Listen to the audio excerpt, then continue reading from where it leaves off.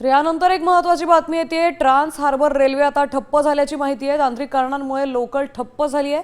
सकाळीच लोकल ठप्प झाल्यानं आता प्रवाशांना चांगला त्रास याचा भोगावा लागणार आहे। ट्रान्स हार्बर लोकल आता ठप्प झालेली आपल्याला पाहायला मिळते। काल रात्रीपासून प्रचंड पावसाने वेग घेतलेला आहे, त्यामुळे ट्रान्स हार्बर लोकल आता ठप्प झाली आहे। प्रवाशांचे चांगलेच हाल होत आहेत। आपले प्रतिनिधी विकास मिरगणे आपल्या सोबत आहेत। विकास, आता ट्रान्स हार्बर लोकल ठप्प झाल्याची माहिती आहे, काय नेमके अपडेट्स आहेत?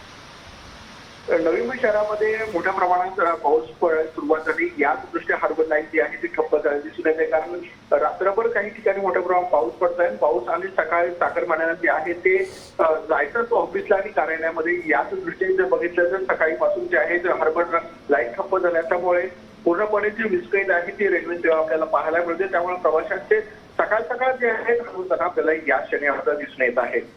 नक्कीच विकास, धन्यवाद आपण दिलेल्या सविस्तर माहितीबद्दल। पण पाहतोय ट्रान्स हार्बर लोकल आता ठप्प झाली आहे। पावसाळ्याचे हे त्रास आता पहिल्याच पावसात सुरू झाले।